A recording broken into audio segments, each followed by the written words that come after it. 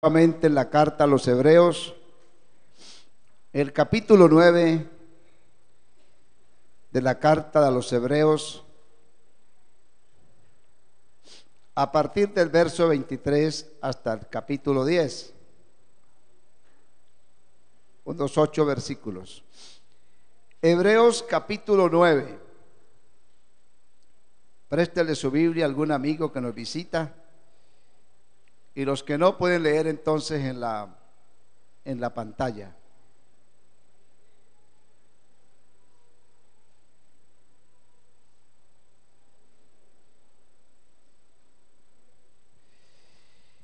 Hebreos 9, 23. Sacrificio de Cristo quita el pecado.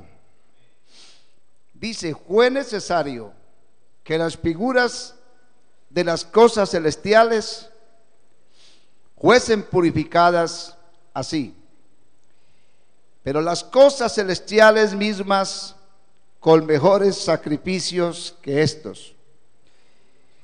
Porque no entró Cristo en el santuario hecho de mano, figura del verdadero, sino en el cielo mismo, para presentarse ahora por nosotros ante Dios. Y no para ofrecer muchas veces como entra el sumo sacerdote en el lugar santísimo cada año con sangre ajena. De otra manera le hubiera sido necesario padecer muchas veces desde el principio del mundo. Pero ahora en la consumación de los siglos se presentó una vez para siempre por el sacrificio de sí mismo, para quitar del medio el pecado. Y de la manera que está establecido para los hombres que mueran una sola vez y después de esto el juicio, así también Cristo fue ofrecido una sola vez para llevar los pecados de muchos, y aparecerá por segunda vez sin relación con el pecado para salvar a los que le esperan. Damos gracias, Señor, por tu palabra. Has de poner en mi corazón, almacenar tu verdad. Dios, quiero ser un vaso. Quiero que uses mis labios, Señor. Quiero que abras el corazón de tus pueblos. Tu palabra les dé esperanza, les dé aliento, les libere. Tu palabra les dé vida. Jesús, te adoro. Te ha placido que por tu palabra los hombres vivan, porque ella es vida a los huesos. Ruégote, Dios, esta mañana inspirar a tu siervo. Alabado sea, Señor. Aleluya, aleluya. Gloria a Dios. Siéntese, por favor, y les prometo que no voy a demorar mucho, porque también siento calor, igual que ustedes, esperando mejorar las condiciones de salón más adelante para que tengamos más comodidad para estar aquí. Quiero esta mañana, hermanos, sencillamente seguir afianzando estas verdades de la perfecta obra de Cristo, para que de veras nos podamos gozar en la salvación. La Biblia dice: bienaventurado, feliz, dichoso aquel cuya transgresión le ha sido perdonada y deshecho su pecado. Bienaventurado. Si hay una razón para estar felices, el salmista dice: será esa, porque bienaventurado quiere decir feliz, dichoso, alegre. ¿Y cómo no estar alegre cuando a alguien se le perdona una deuda impagable? Supóngase que usted está en un crédito y no puede pagar. Pero ¿qué tal que aparezca un misericordioso que se apiade de usted y le pague la deuda y después le diga: ¿sabes qué? Yo pagué todo por ti, no debes nada? Yo creo que muchas personas han tenido esa experiencia alguna vez de recibir un favor en particular de alguien que les ha marcado su vida para siempre. Pero el favor más grande que la humanidad no ha entendido todavía aún es el favor de la deuda impagable del pecado. Porque el pecado había que pagar de todas maneras. No había manera de evadir esa deuda. Y la paga era la muerte. Solo con la muerte se podía pagar y remediar el pecado. Pero hubo uno que tuvo misericordia de usted. Y tuvo misericordia de mí. Y vino y se ofreció en un sacrificio vivo, santo y agradable a Dios y perfecto. Y dijo: este pobre, desventurado, que soy yo y es usted, no tiene con qué pagar, pero yo vengo a pagar por ellos lo impagable. Y desde entonces, los que hemos entendido esto, nos decidimos que nuestra vida no tiene otro sentido sino el sentido de vivir para aquel que lo dio todo por mí y lo dio todo por usted. Esa es una cosa que debe producir felicidad, alegría, amén. Y que el pueblo cristiano que ha entendido esto, en realidad tenemos motivos poderosos para gozarnos. Ese es el verdadero gozo. En la vida tal vez hay muchas clases de gozos, pero el verdadero gozo es la paz de la conciencia, es la tranquilidad de la vida eterna, es la seguridad de estar acompañado siempre por la bondad infinita de Dios. Cristo hizo una obra perfecta. Amén. Mano, a esta obra no hay que agregarle ni añadirle nada. Yo creo que muchos no disfrutan plenamente la salvación porque siempre están tratando de hacer algo por sus propias fuerzas y se cansan, se debilitan, se desmayan. Porque yo siempre he predicado y digo: a veces es más fácil hacer que creer, porque cuando usted hace, descansa en lo que hace,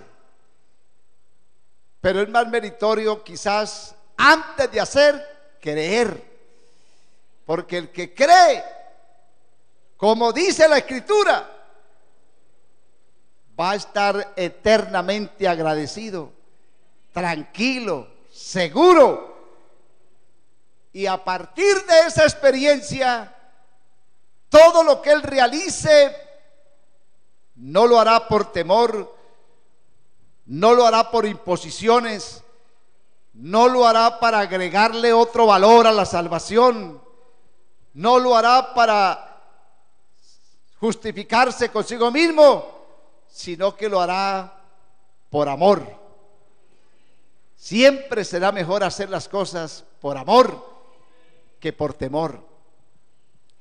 Y estuvimos viendo y hemos estado viendo esta realidad de los tres que dan testimonio en la tierra.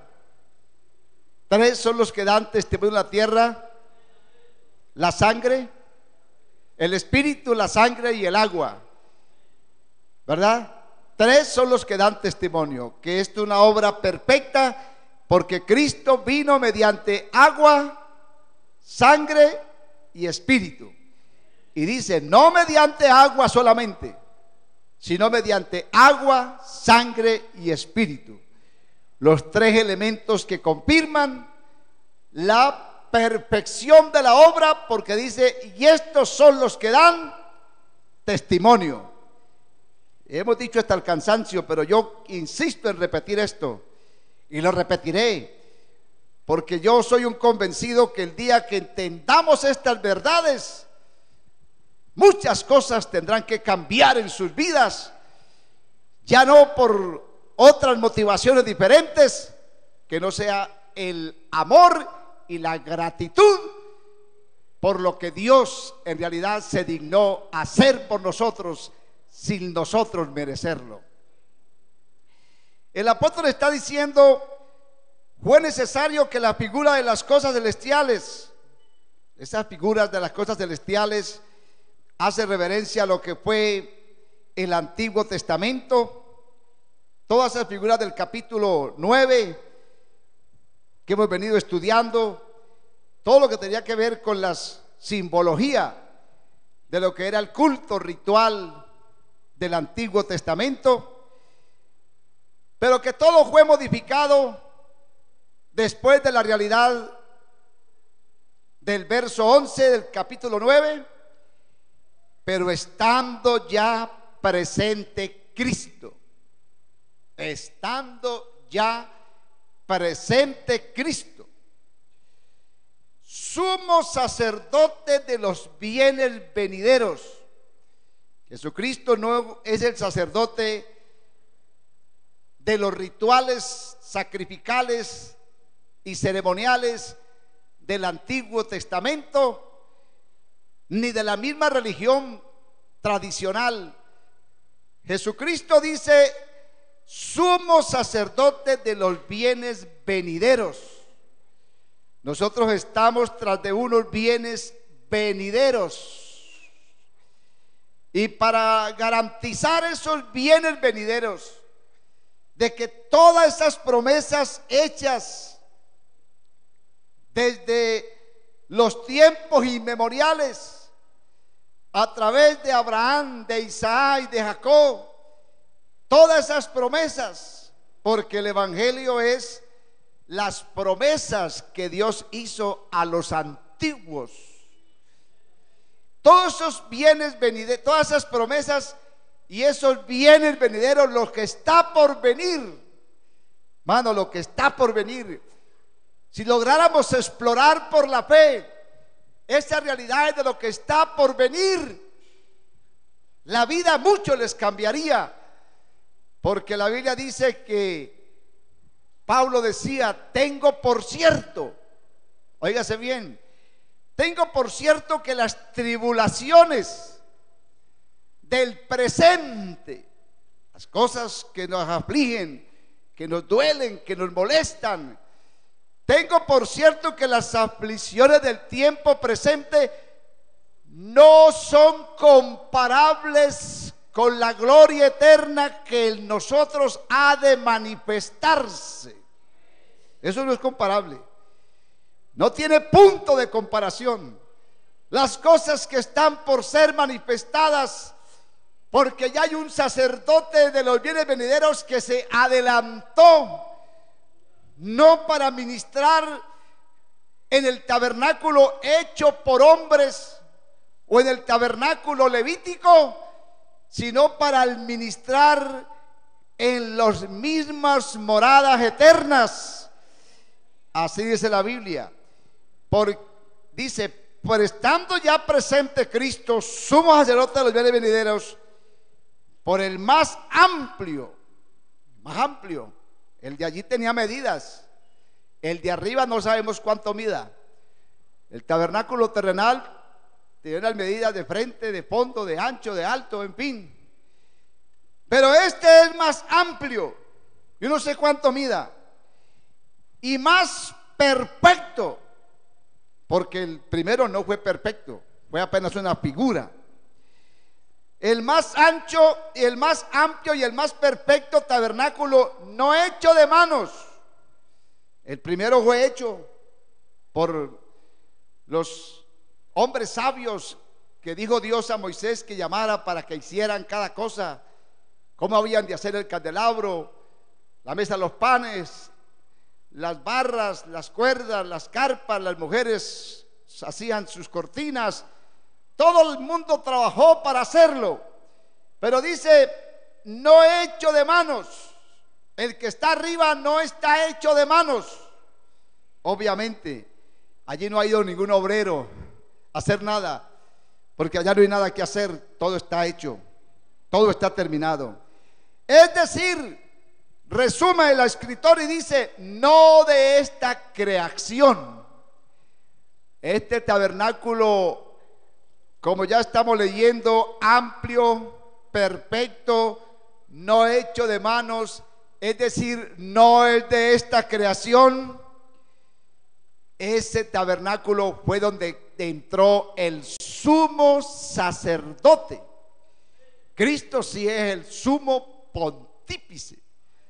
Todos los sacerdotes de la ley fueron descendientes de Moisés y de Aarón y ministraron y cumplieron los rituales, pero obviamente esos sacerdocios se acababan y se acabaron y se terminaban y se terminaron, porque eran hombres que morían y había que reemplazarlos, y siempre estaban ahí ofreciendo los mismos sacrificios y las mismas obras que nunca pudieron quitar los pecados del pueblo, hablando de Israel.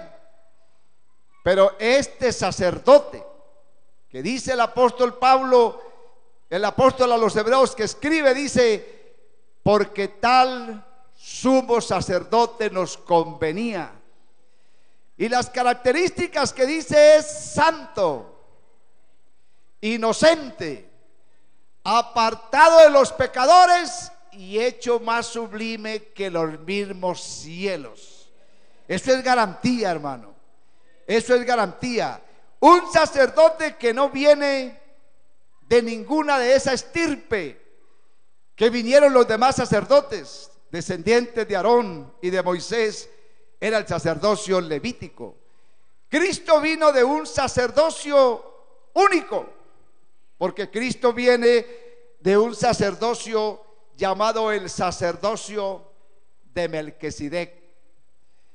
Melquisedec, este sacerdocio era desconocido, sencillamente se hace referencia a él en el capítulo 7 de Hebreos. Dice el capítulo 7, porque este Melquisedec, ¿sabe dónde aparece por primera vez la palabra Melquisedec? De donde procede el sacerdocio de Cristo, allá en Génesis. Y aquí se retoma la historia. Hebreos 7 dice, porque este Melquisedec,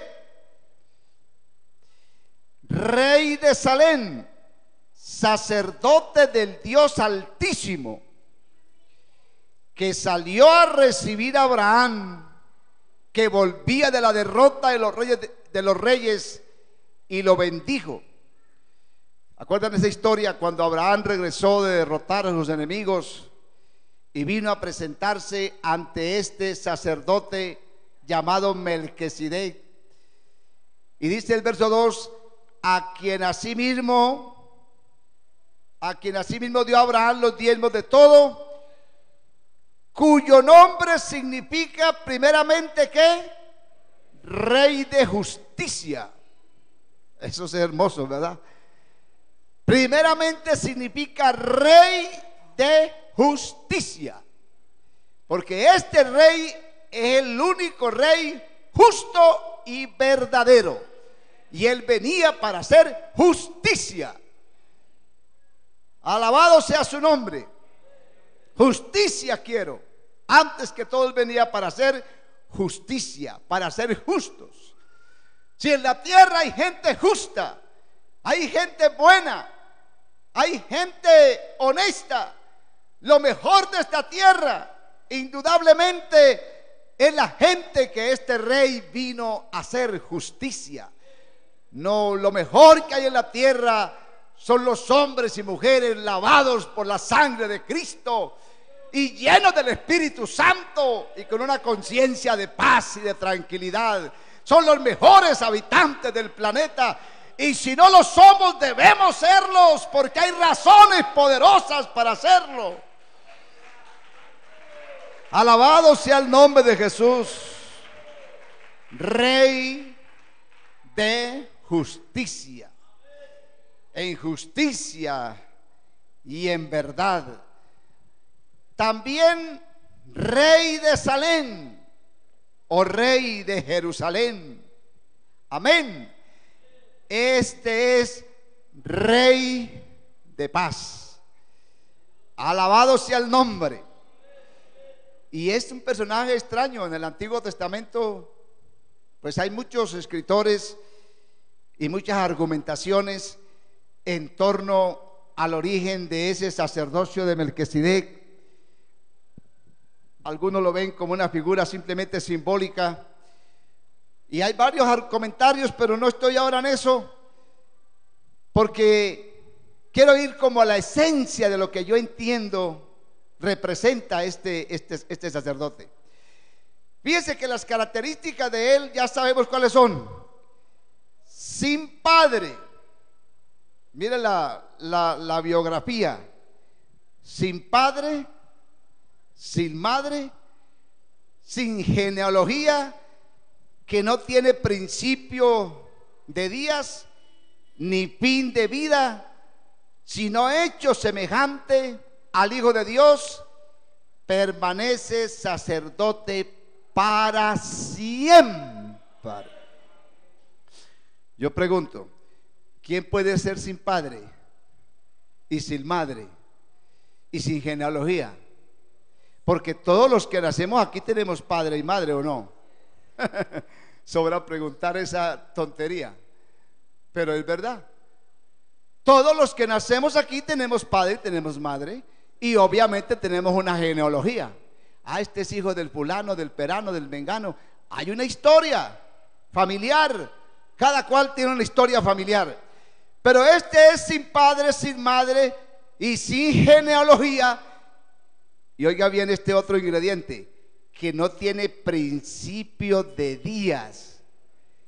Oiga, ¿quién no tiene principio de días? Todo lo que existe ha tenido un principio de días.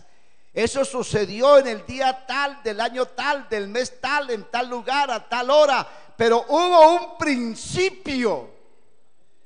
Pero dígame, ¿dónde está el principio de Dios? La Biblia no da explicación de eso. La Biblia comienza diciendo: en el principio creó Dios. Porque ¿quién se va a atrever a decir? Hay gente que pregunta: oye, ¿de dónde salió Dios? Averíguelo y me lo explica, a ver. ¿De dónde salió Dios? Él no se pone a explicar acerca del origen de Dios, porque eso sería una absoluta ignorancia y estupidez. La Biblia simplemente dice: en el principio creó Dios, y pare de contar. Yo ayer fui con los hermanos allá al planetario. Nos estaba llevando a pasear. Ay, qué bueno que vayan al planetario. Qué bonita experiencia esa. Yo me relajaba viendo esas constelaciones. Se llama así eso, ¿sí? Esos astros, esas galaxias, que Plutón, ¿cómo llama el otro? Marte, Marta, Júpiter. No, pero lo que quiero decir es que, oiga, uno se pone a mirar el vasto universo. Ay, yo dije: Dios, pero nosotros ¿qué somos, Dios mío? Una pulguita. Yo creo que ni siquiera una hormiguita. Es una hermosura para decir los hombres que esto surgió de no sé qué, las teorías de la creación. Yo me deleitaba diciendo: bendito sea el Dios que yo adoro, al Dios que yo glorifico, porque ese es el Dios creador del universo.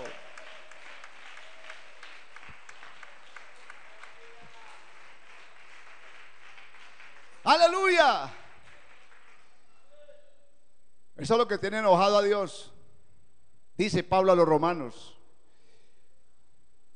porque no le han reconocido, viendo la grandeza de la creación.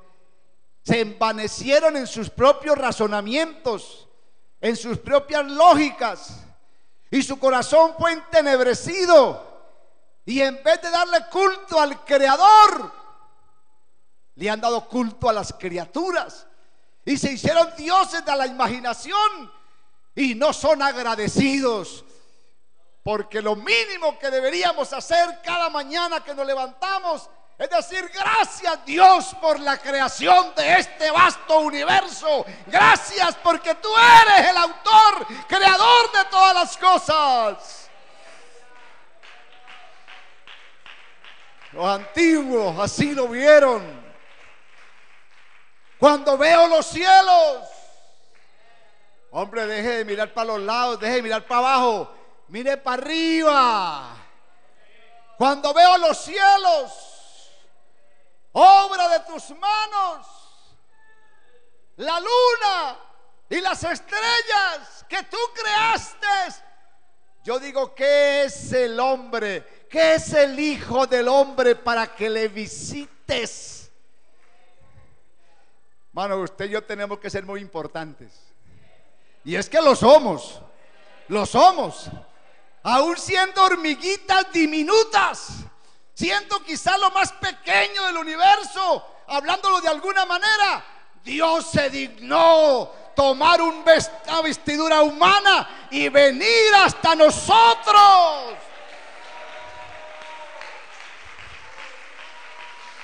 ¡Aleluya! Por eso,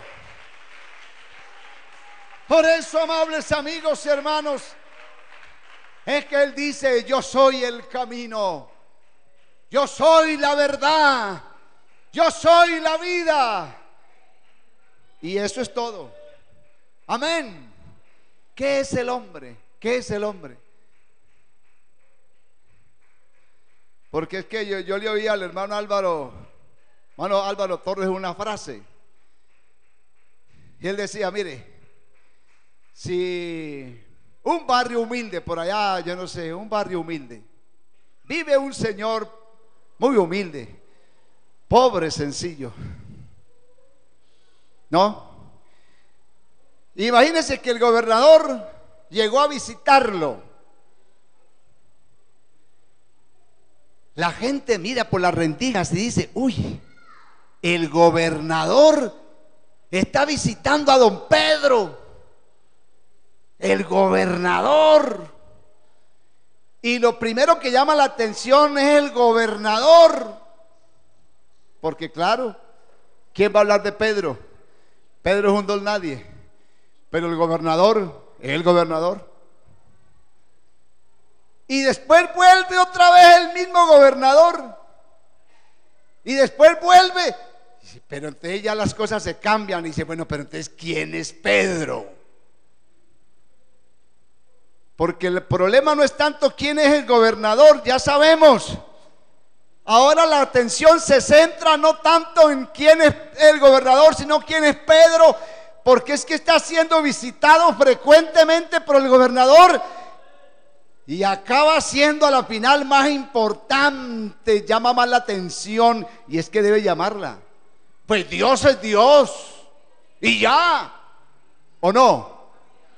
Igual si usted cree que Él es Dios, y si no, igual sigue siendo Dios. Dios es Dios. Pero ¿quién es usted y quién soy yo? ¿Por qué vino a visitarme a mí? A mí me visitó hace 44 años y desde que recibí esa visita mi vida fue transformada y vivo feliz con la experiencia de haberla recibido en mi corazón. ¡Aleluya! ¡Eso! ¡Aleluya! Mire, eso impactaba al salmista David. Pero recreemos lo que estamos diciendo en la palabra para que le tomemos mayor sentido a lo que quiero decir esta mañana. Oh, aleluya, aleluya.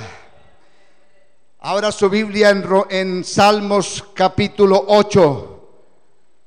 La gloria de Dios y la honra del hombre.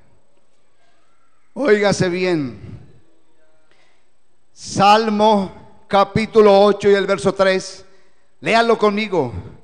Y ojalá que todos lo digamos a una. Cuando veo, todos, cuando veo tus cielos, ¿están conmigo?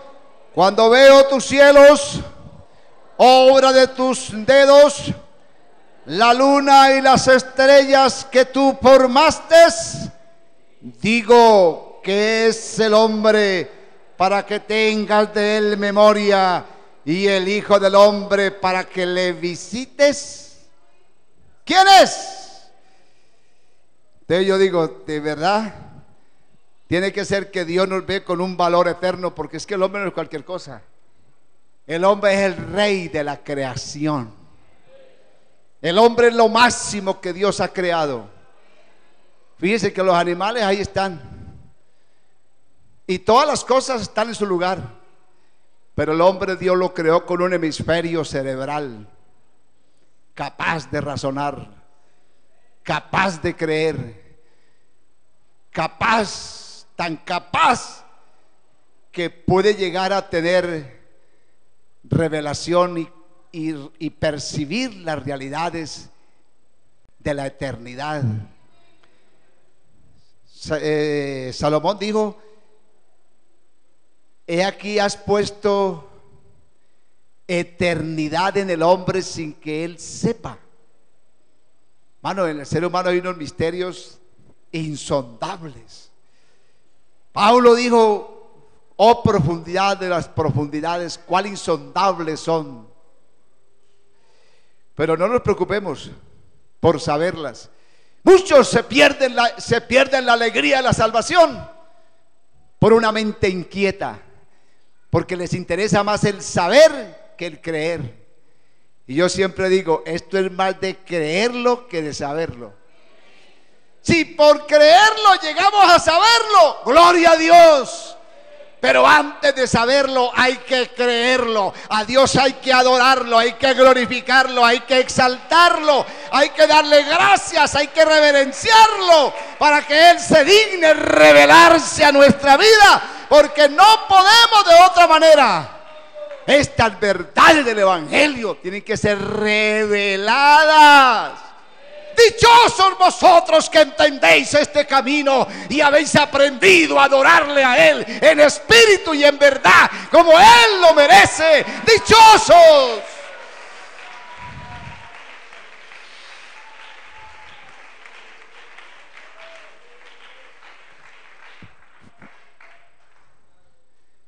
¿Quién es ese sacerdote? No tiene papá, no tiene mamá, no tiene genealogía, no tiene principio y no tiene fin. ¿Y qué más dice? Sino hecho semejante al Hijo de Dios, permanece sacerdote para siempre. Para siempre. ¿Yo por qué insisto con esto? Insisto, valga la redundancia. El día que entendamos que la salvación es un hecho ya consumado, no veamos la salvación como fe más obras, fe más perfección. Me gusta mucho y vamos a entrar a ese estudio despuesito, porque ya voy terminando, de la carta a los Gálatas. La carta a los Gálatas, les estaba predicando un jueves sobre eso, porque la carta a los Gálatas se puede definir como el evangelio diferente. Pablo dice que no es exactamente lo que el texto quiere decir en apariencia, cuando dice: estoy maravillado de que tan pronto os hayáis apartado de aquel que os llamó para seguir otro evangelio diferente. No que haya otro evangelio, sino que hay maestros perturbadores que enseñan otras cosas y os están sacando de la pureza del evangelio. El evangelio puro, puro. Yo doy gracias a mi Cristo. Y no lo vean como petulancia, con humildad y con respeto lo digo. Pero yo creo, debajo de un árbol, cuando Dios me levantó de la silla de ruedas, después de ser lo que fui, un paralítico, y lo escribo en el libro, debajo de un árbol, yo dije: Dios. Y David estaba predicándolo ahora y estaba diciendo: cuando tú comienzas esto, Dios, ¿esto qué es? ¿Cómo que tú me sanas? ¿Cómo que yo hablo en lenguas? ¿Cómo que yo recibo Espíritu Santo? ¿Y esto qué es? ¿De dónde viene? ¿Esto qué es? Oh, Simahama. Atishismahaba yudisamada. Hamadikei simahawa yudisemeyi. Yo quería saber, Señor, yo quiero saber qué es esto. Entonces no habían seminarios, al menos yo no conocía. Entonces no habían maestros de religión, yo no los conocía. Entonces no había nada donde puedes adquirir conocimiento. ¿Qué es esto? Y además, ¿quién te lo va a explicar? Respeto tengo por los maestros, pero yo creo que no hay maestro capaz de explicar estas verdades tan profundas. Tal vez nos dicen cosas y son respetables. Por eso se han inventado la teología, porque hay que hablar de Dios. Pero es que no es solamente una verbosidad de Dios, esto tiene que ser revelación de Dios. Y debajo de un árbol yo quise saber la verdad. Quise que Dios me diera a conocer estas verdades. Y yo no tengo la menor duda, a mí me fue dado el evangelio puro. Y igual que a usted, espero que también le ha sido dado el evangelio puro. Y tal vez no me es fácil, porque tengo una gran batalla en mi mente y en mi corazón. Te lo decía anoche a mi hija que me llamó de Washington. Yo dije: hija, porque tal vez me está viendo allá. Es una niña especial, de mucha oración. Y a veces hablamos. Ella tiene sus revelaciones, sus visiones, sus estudios, sus inquietudes con Dios. Porque somos una familia inquieta con estas cosas. Y le decía: hija, ayúdame a orar, porque siento una verdad que debo compartirla, pero cuando la voy a compartir siento que no es fácil. Y quiero ser preciso en lo que digo y no confundir la gente. Porque cuando uno habla de que el evangelio puro, el evangelio puro, la salvación por gracia, el hecho de la salvación, eso ya es caso cerrado. Que yo soy salvo, yo soy salvo. Diga el diablo lo que quiera, pero que soy salvo, soy salvo. Y no soy salvo por mis méritos, sino porque creo en el único que tiene quilates para eso, en Cristo Jesús. Alabado sea el nombre de Jesús. Pero no es fácil tratar de explicar estas verdades, la pureza del evangelio, la pureza de la fe, porque les estaba diciendo esa mezcla del evangelio puro, que era el que Pablo quería limpiar de esa mezcla que había, judaísmo, cristianismo. Y creo que si Pablo no interviene ante esos maestros del judaísmo, hoy en día el cristianismo sería una ramificación del judaísmo y no habría cristianismo puro. Tal vez habría una mezcla como las que hay por todo lado. Es una mezcla de una cosa con otra. Pero yo les animo a ustedes para que se preocupen por un evangelio puro, un evangelio limpio, un evangelio transparente, un evangelio de santidad, un evangelio de verdad, un evangelio basado no en conceptos, no en opiniones, no en razonamientos, no en metodologías, sino en la revelación del Espíritu Santo. Hermano, es que cuando Dios se revela, todo queda entendido.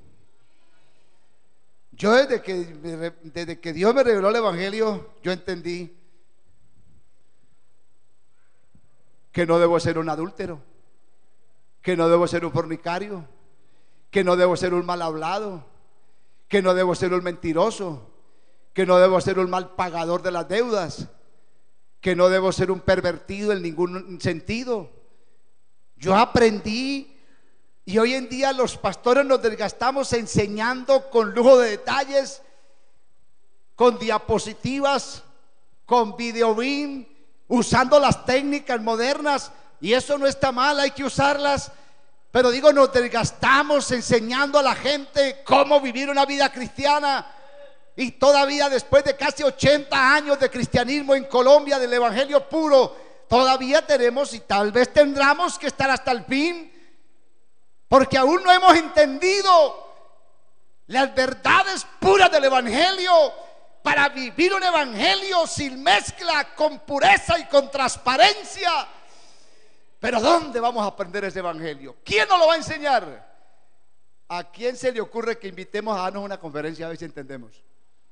Miren, a ver, con todo respeto de los grandes maestros, conferencistas y enseñadores, los respeto y los admiro, pero ¿a quién trajéramos a ver si se prenden estos bombillos? Discúlpeme, nadie. Esto tiene que ser soplo divino. Esto tiene que venir de arriba. Amén. Jesús dijo: sin mí nada podéis hacer. Y gracias te doy, Pedro. ¿Por qué? Porque esto no te lo reveló carne ni sangre, sino mi Padre que está en los cielos. Y yo te digo que tú eres Pedro, y sobre esta roca edificaré mi iglesia. Eso es. Gracias te doy, Pedro.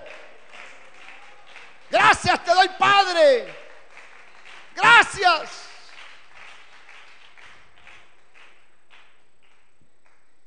¿Quién podía haber convencido la terquedad de Pedro? Nadie.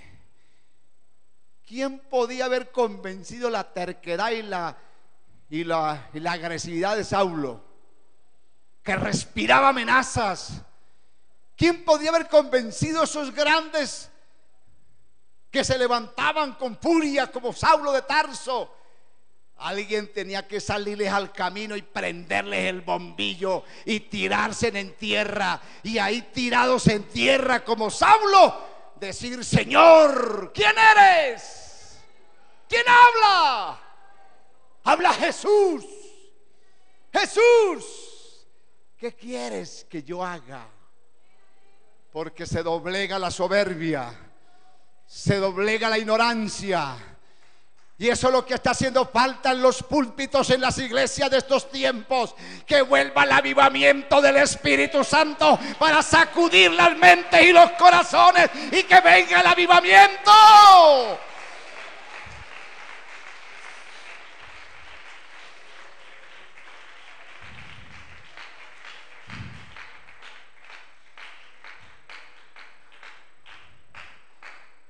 Hombres que se atrevan como Pablo. Oiga bien, hombres que se atrevan como Pablo a defender su apostolado. ¿Y cómo defendía Pablo su apostolado?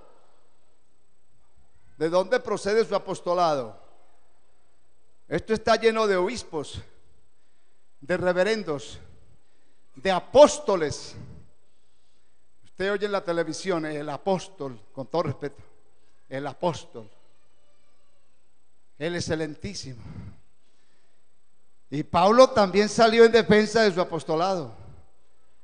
Pero me gusta como Pablo defiende su apostolado. Y dice: Pablo apóstol. Pero oiga esto, en paréntesis: no de hombres ni por hombres. Esto no es fábrica de curas ni fábrica de pastores, con todo respeto. Y no estoy en contra del conocimiento. Bienvenido al conocimiento si viene después de la revelación, como una búsqueda sincera de querer saber lo que te ha sido revelado, lo que te ha sido entregado. Porque antes debes tener una experiencia real con Dios. Pero tú, hombre de Dios, primero es el hombre de Dios, porque Dios hace primero su hombre, su apóstol, su profeta, ¿verdad? Y luego dice, toda escritura es inspirada por Dios. Está bien, es útil para enseñar, para redarguir y para corregir, para hacer al hombre de Dios. No dice así. Es útil para enseñar, para corregir, para redarguir, para hacer al hombre de Dios. No, a fin de que el hombre de Dios sea perfecto. Eso perfecciona el conocimiento. A fin de que el hombre de Dios sea perfecto, enteramente preparado para toda buena obra. Pero primero es el hombre con Dios. ¿A dónde te encontraste con Dios? ¿Cuál es tu experiencia personal con Dios? Algún día los que estamos aquí estamos porque en algún momento tuvimos de alguna manera una experiencia con Dios. Y si no, recuérdala. ¿Cuál es el punto de partida suyo? Y si el punto de partida fue una experiencia personal con Dios, usted tendrá por qué llegar a entender el evangelio puro. Aleluya. Ni por hombres, sino por Jesucristo. Amén, gloria a Dios. Y el verso 11: mas hago saber, hermanos, el evangelio anunciado por mí. Estoy en Gálatas 1:11. Mas hago saber, hermanos, que el evangelio anunciado por mí, ¿qué es? No es según hombres. El evangelio anunciado por mí no es según hombre, pues yo ni lo recibí, ni qué, ni lo aprendí de hombre alguno, sino que, sino por revelación de Jesucristo. Esto es bello, hermano. Sencillamente esto es para usted morir por esta razón. Cuando usted entiende esto, hermano, usted no va a retroceder nunca jamás. Eso pienso yo. Y no hagamos, por favor, después les explicaré más, porque Pablo es el que está escribiendo a estos Gálatas que estaban mezclando gracia y ley. Y me acordaba de mi mamá. Así hay muchos cristianos hoy en día. Mi mamá era muy católica y yo también fui católico. Y siempre lo digo, no cualquier católico. Fui un católico fervoroso y piadoso. Mi madre me enseñó. Éramos una familia muy religiosa. Y recuerdo que cuando mi madre se convirtió al cristianismo, las raíces católicas son fuertes. La cultura religiosa de estos pueblos está muy arraigada. Y mi madre, aún cristiana, se nos escondía y hacía novenas. Y le decía yo, mamá, es que ya somos cristianos. Nosotros los cristianos ya no hacemos novenas a los santos. Y ella me decía, ay, hijo, pero es que mira cómo dice de lindo la novena. Ánimas que estás en penas, ¿quién las puede aliviar? Mi Dios la saque de penas, la lleve a descansar. Porque ella tenía eso en mente. Y no fue fácil para ella liberarse de esas costumbres religiosas. Y esos fenómenos se repiten mucho en la misma iglesia cristiana. Hay mucho evangélico católico. Suena feo eso, ¿cierto? Evangélico católico. Están por ahí con el escapulario, con la medallita, con... A ver, esto hay que añadirle algo, hermano pastor. Entonces, ¿cómo es la cosa? Fe más vida nueva igual salvación. ¿Cuál fe más vida nueva igual salvación? Yo no creo que a mí Dios, o sea, que yo voy a poder perfeccionar la salvación. La mentalidad que yo tengo, y disculpe si estoy equivocado, pero me parecería que muchos tratan de perfeccionar la salvación en sus vidas. Y por eso se fatigan, se cansan, ¿verdad? Porque buscan perfeccionar su salvación haciendo cosas. Y la Biblia dice es que el que comenzó la obra, ¿o qué piensan de ustedes? Cristo la comienza y yo la perfecciono. ¿Qué piensan? Cristo la comienza y yo la perfecciono. ¿Qué tal, Dios mío? Yo no salía con nada. Pero gracias a Dios que no es así. El que comenzó en vosotros la obra, Él la perfeccionará hasta el fin de su venida. Y no dice si alguno está en Cristo va a ser nueva criatura, o sí, así dice su Biblia. Entonces yo tengo que comenzar, porque ya creí en Cristo, entonces comienzo una serie.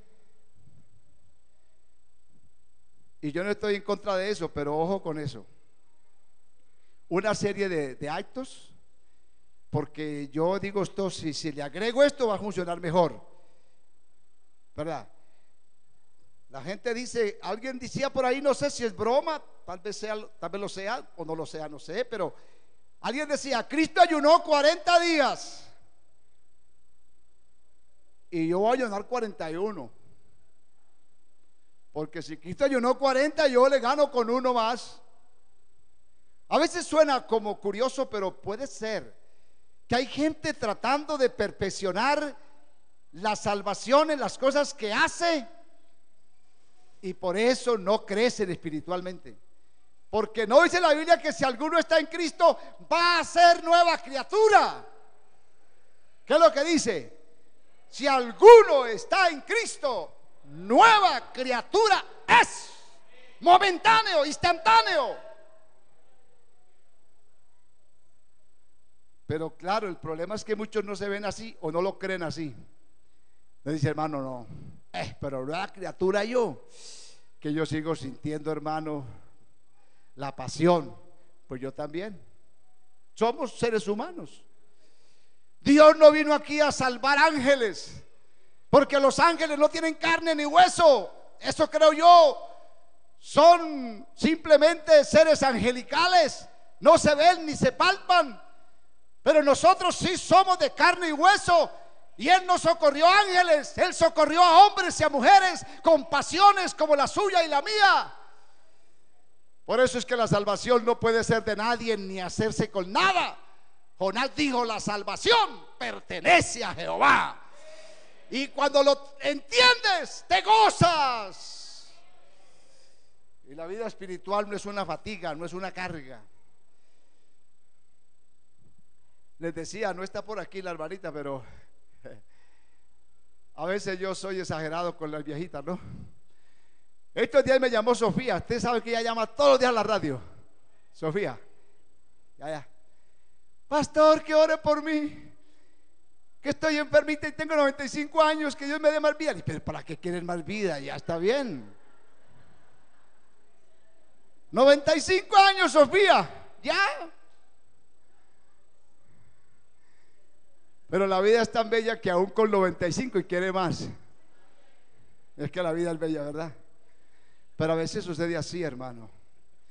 Y por ahí estaba Lucerito, no vino hoy para poder hablar de ella. No vino Lucero hoy, ¿no? Es que Lucerito, recién que llegué aquí de pastor, me dijo un día, llévenle el chisme a ella, además no es chisme, ella me lo dijo. Ella me dijo un día, pastor, estoy muy preocupada porque, ¿qué te pasa, Lucerito? Dijo que yo siempre me levantaba a orar a las 5 de la mañana. Y dio un tiempo para acá, hermano, no volví a orar a las 5. Y me cogen las 7 y no sé qué más horas en la cama durmiendo y no oro. Y yo le dije, ¿cuál es tu problema? Dijo, y si viene Cristo me deja. Yo le dije, pues en primer lugar, dele gracias a Dios que está durmiendo más de la cuenta, porque ya viejos como nosotros no dormimos tanto. Eso para los jóvenes, pero los viejos no dormimos tanto. En primer lugar, dígale: Dios, gracias porque llegan las 5, las 6, las 7 y yo estoy dormida, porque eso alimenta. Y en segundo lugar, ¿usted cree que si usted no se levanta a las 5 de la mañana a orar y el Señor viene, la deja? Ay, hermano, ¿usted qué está diciendo? Y eso es lo que yo trato de explicar. Me da miedo explicar, porque entonces algunos se confunden y dicen: ay, el pastor enseña que no hay que orar, pastor enseña que no hay que ayunar, pastor enseña que no hay que ponerse falda larga, pastor enseña. ¿Cuál está diciendo? Yo no estoy diciendo nada de eso. Yo estoy enseñando es que cuando hay una fe pura y genuina, usted no depende nada de lo que hace, usted vive feliz con la esperanza de lo que ha creído. Noto que no les gusta mucho eso, entonces sigan levantándose a las 5. Yo también me levanto, no se preocupe, pero no hago para. Eso, por ahí hay un discípulo amado. Yo no hago nada para, yo no ayuno para, yo no oro para, yo adoro a Dios porque, ayuno porque, creo porque, no para. ¿Me entienden eso? Porque si yo hago es para, nunca voy a parar. Porque usted siempre se está viendo inmundo, se está viendo mal, está viendo mal. Mano, es que la carne, ¿no? Pues la mía también es carne. ¿Cuál es el problema? Pero claro, yo no voy a estar corriendo tras las pasiones. Eso yo quiero explicarlo más adelante. Por ahora no sé si les queda claro esto. ¿Nos vamos ya? Me gusta la sinceridad. Vale para esa. Me gusta la sinceridad. Porque otros dijeron: ay, qué pena el pastor. Pero él dijo: sí, no, y nos vamos a ir. Pero nos vamos contentos. ¿Entendimos algo de esto? Lo concluyente es que no hacemos para ser, sino hacemos porque somos. Porque la salvación está completica. Estás para disfrutarla, para vivirla, para gozarla, para deleitarse en ella.